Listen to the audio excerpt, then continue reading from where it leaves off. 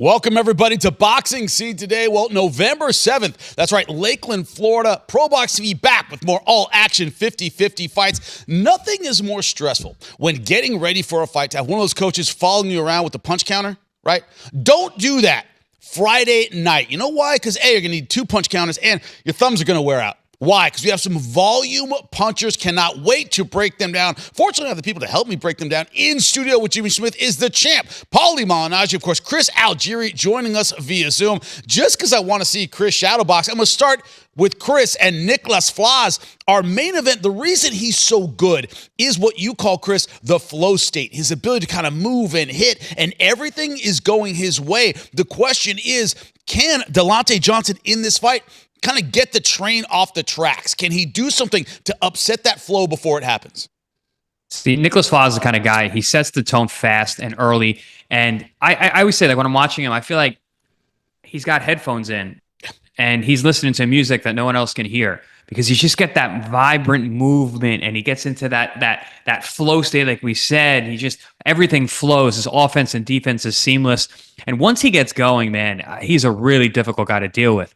But you got a guy like Delonte Johnson, huge amateur background, great pedigree, very fundamentally sound. He's got great technique. And those are the kind of guys that can really take down those guys with those offbeat rhythm, because it's just fundamentals beats everything.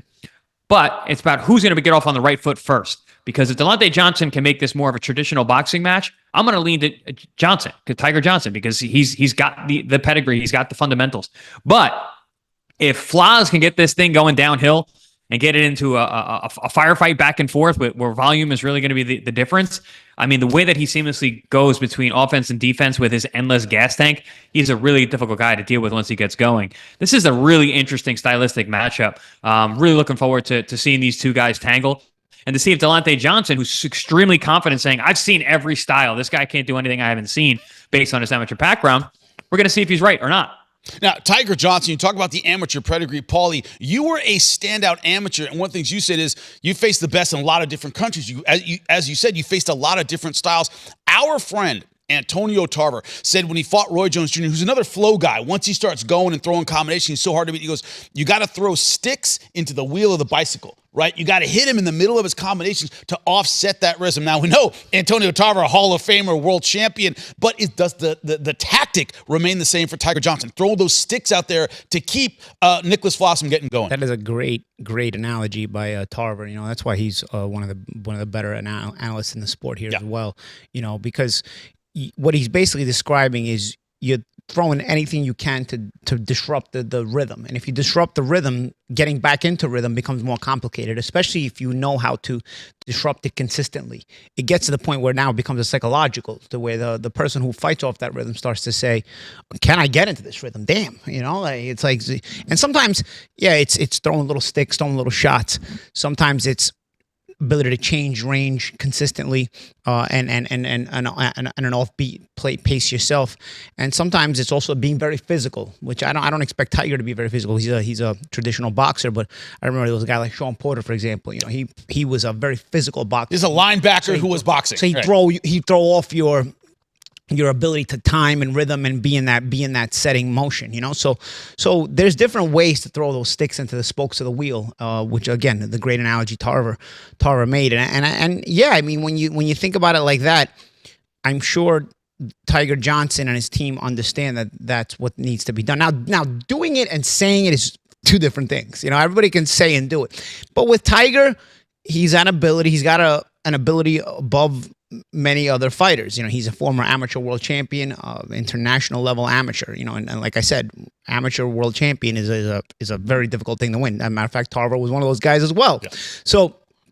So if there's anybody who you think may be able to do it, and we've seen Flaz look better and better and better. It's tough to pick against Flaz in these fights, but if there's a guy who you're saying, whoa, it's Tiger Johnson. This card this weekend, I mean, this is we got a nice weekend of boxing coming up, guys. I mean, tell your friends, Pro Box TV. We already know we got a great network here with great fights, but Pro Box TV this week is basically taking it you taking you to the boxing after dark days. This is a boxing after dark main event. Okay, so you got that, and then the next night you got Lubin and Virgil on DAZN. You got two very similar high level fights. You've got HBO Showtime level fights both nights of the week, and one of them is on Pro Box and the other one is on DAZN. 2 different nights. You got your boxing fix in and solid matchups. This fight has excited me since the moment I read we had it, and it's very difficult to pick a winner. I am smitten by these two fighters. I really like both of them as far as, the kind of boxing they do. And it's like, for me, I like really good technical fighters, rhythm fighters, but solid fundamental fighters as well. And I enjoy watching fighters like this. So to see them head to head, in a way, it's a shame somebody's got to lose. But in another way, it's like, it's beautiful boxing. I can't wait to see it. But I'll tell you one thing. I don't want to keep going because I want to take up the whole show myself. But sometimes I talk too much. But I will say the punch counter thing, there's ways to offset that, because again, you become confusing or you change range. I remember, and I'll give you my own personal example, because sometimes what's the best way we can do it. I fought Juan Diaz. Juan Diaz was a former lightweight champion who was known for his punch output. And the talk going into the fight was, Paulie can't punch. Diaz is a monster who throws a bunch of punches. He had stopped Freitas. He had stopped Julio Diaz. He had stopped guys like that. And Freitas himself was a big puncher. He's not gonna be able to offset that pace Diaz brings. Changing range offsets pace. If I'm at a range, you can't keep throwing. What are you gonna throw at air? You gotta get the range first. So I remember I out punched Diaz in both fights we fought. Which was something on paper people couldn't see happening. So with Flaz, you got a punch counter, yeah. But if Johnson figures out ways to offset that rhythm that Flaz has, don't be surprised if the output starts diminishing. When you have an unconventional style, and we were just discussing Roy Jones Jr., certainly an unconventional style, Sergio Martinez, unconventional style. Chris, the problem is the opponent becomes a spectator. They're kind of looking at the guy, and you talk about that music, that ability of him to move, and it's almost hypnotic. Guys are kind of looking at him and kind of stuck in the mud. How do you prevent being a spectator against someone with an unconventional style like Nicklaus Flaz? Well, part of the reason that the guys become spectators is because the other guy's doing unconventional things. When you are a super fundamental fighter and you've been at high level for your whole amateur career, or most of your amateur career and a lot of your pro career, you guys start doing things you're not expecting them to do. They zig when they're supposed to zag. You end up getting hit with punches you don't see. You end up missing punches you think you're going to land.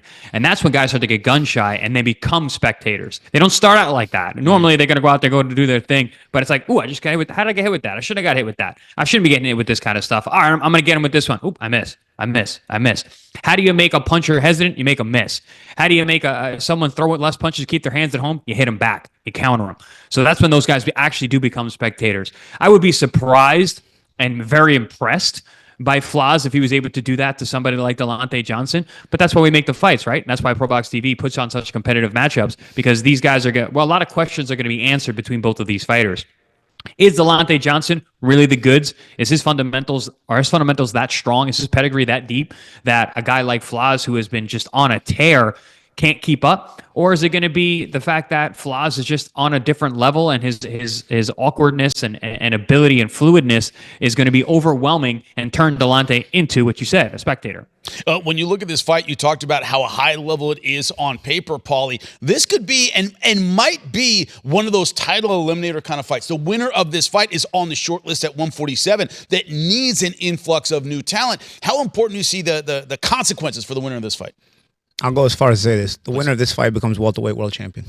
The winner of this fight should get a welterweight title shot soon enough, because the welterweight division sucks anyway, and these guys both are very good. The winner of this fight winds up winning a welterweight title. Who knows? Maybe even the loser of this fight winds up winning a welterweight title eventually too. Yeah. Because they're both good fighters, and sometimes you knock each other off, and the one who loses gets back on the horse, rebuilds up a little bit, and winds up in a title shot himself. But the way the welterweight division is, I think both of these guys are better than some of the champions right now. I think. Okay, Rolly's a solid fighter. I don't underrate Rolly as like some people do. I underrate Barrios. But I think sometimes I make this comparison and people start to give me, oh well, Rolly's bad too. I don't think Rolly's that bad, honestly, because Rolly can punch. Rolly has an awkwardness that he can hit you. But I'll tell you, Tiger and Flaz may be able to also beat Rolly. They definitely both beat Barrios, but they also may be able to beat Rolly Romero as well. And I don't think Rolly Romero is that easy of an opponent to beat as a welterweight champion. But by the standard of the welterweight division in and of itself, the welterweight champions are kind of weak right now. Right. And when you look at the history of 147, some of the greatest all time went through that weight class. When you talk about punch counters, you cannot not talk about Katsuma Akatsugi, one of those guys. Chris, not only is he hitting his stride under the Pro Box TV banner, he's looked better than he ever has on our air, but he's one of those guys where I'm sitting there going, is he going to stop punching? And he never does. He out-volumes opponents. That's how he gets the knockouts he's had in his career. Am I wrong? I love this kid, man, and he's another one. He's very similar to Flaz, who's just getting better and learning on the job. Each and every time you see him, he's fighting better competition and getting better results, which is hard to do. Akatsugi, the first time we called him, the three of us, you, Jimmy, and Paulie, and myself, we were looking at this guy and like, doesn't have a lot of knockout power. And I watched some video and I was like, actually, he hits the body pretty hard. He looks like he's delivering some heat on that. And then he fought and he scored a knockout. And then the next fight, he scored a knockout. So his ability, his punch ability is starting to improve, even though the level of competition is going up. So it's one of those guys who's learning on the job. He stays in the gym, and it's been so impressive and so much fun to watch him as he's progressed.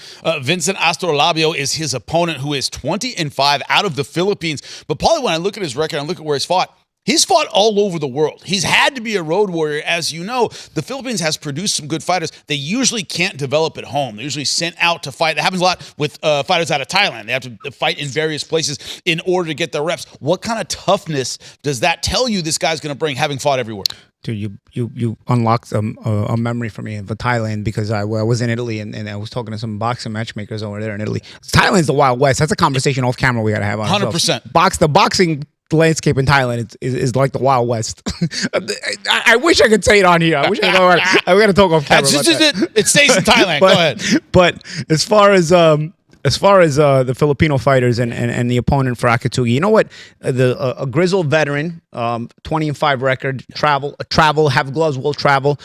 And we were talking about rhythm guys. Akatsugi's another rhythm guy. And this guy is a guy who, with that grizzled veteran status, comes to fight. He's a guy who also may be able to offset a little bit. In Akatsugi's last fight, that rhythm, he struggled a little bit more. It was offset a little bit. We got the win. I like to see him, keep continuing to raise his level of opposition and continuing to, see if this continues to progress. And even with a guy who offset him a little bit, he was able to, stick with it. He got cut, I believe. I don't know if it was a butter from a punch. I don't remember correctly. But even though it wasn't as perfect of a performance, but we saw the character of Akatsugi. He's an easy guy to root for. Nice guy, can fight. He's getting better, and his level of opposition keeps raising. This is a little bit of an Asian rivalry too, Filipino and Japanese. I know Akatsugi likes to announce himself out of LA, but he's still a Japanese fighter. And he's Japanese. He's Japanese, training in America. Yeah, right. Yeah. But so the Asian rivalries tend to also be a bit of a turf war as well. So I expect a good fight here as well. Yeah, but Chris, you kind of earn your money with Akatsugi. The reason I say that is there are certain fighters where you guys go, look past the numbers here. Yeah, 13-3, 3 knockouts. You may think is a powder puff puncher, but you're going, hey man, he's beaten quality guys, and the way he has done it is deceptive considering the numbers. You have to look past 3 knockouts and 13 fights in order to understand Akatsugi's style, Chris. Well, yeah, it's kind of backwards. Normally, guys score all their knockouts early on, but when you're kind of learning on the job, that's not necessarily the case. So he's getting better as the opposition has gone up, similar to Flaz. So you got a guy that he's getting better, learning his body, learning his style, and starting to get stoppages, even though he's fighting better competition. Yeah, and you talk about the gym wars, Paulie. You just mentioned it. Training in Los Angeles, California, Japanese fighter taking on a lot of Mexican fighters, a lot of warriors who can be right in his face. How do you think that mentally prepares him for the steps ups he's taking in pro box? Yeah, I think gym wars are part of life, honestly. I know people frown upon them, medically speaking and all this other stuff, but it's not one size fits all with fighters. Some guys react worse to gym wars, some guys react better to gym wars. Just like making weight. I hate when commissions start to make rules about the way you have to make weight, the saunas, not saunas. Everybody's body reacts differently, everybody's brain reacts differently. So for me, I'm pro gym war. Yeah. I'm pro gym war, but that doesn't necessarily mean everybody should be pro gym war. Having said that, I think Akatsugi's tough sparring and everything being in the U.S. We've seen the improvements, and I think that starts in the gym. I think that starts with the trainer he's working with, the trainers he's maybe working with, the things he's learning, both from the training aspect of it with his own personal trainers, and also the sparring, the heavy sparring. It brings you to another level, mentally, psychologically, and physically. And as far as getting stoppages too, it's interesting because his punch output is high. But he's not punching very hard if you watch it. He's just rhythmic enough to where he offsets it. I think when you have to, and I've been boxing long enough to really understand this. I start to get suspicious when guys start to raise their knockout level as they raise their level of opposition, but also when their punch output is high at a high speed. I don't know if that is going to make sense to the layman.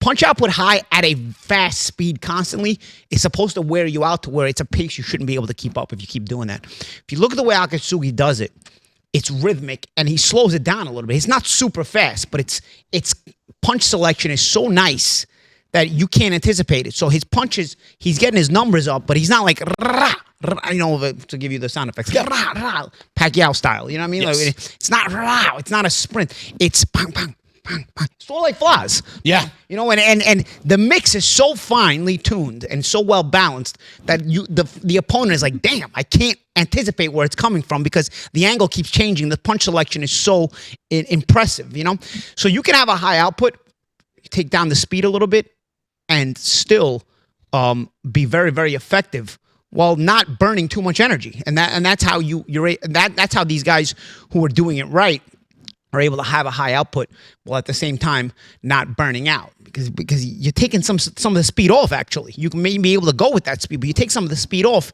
and you implement that precise shot selection and creative shot selection. And Akatsugi does that, and Flaz does that in their own way. But it's very impressive.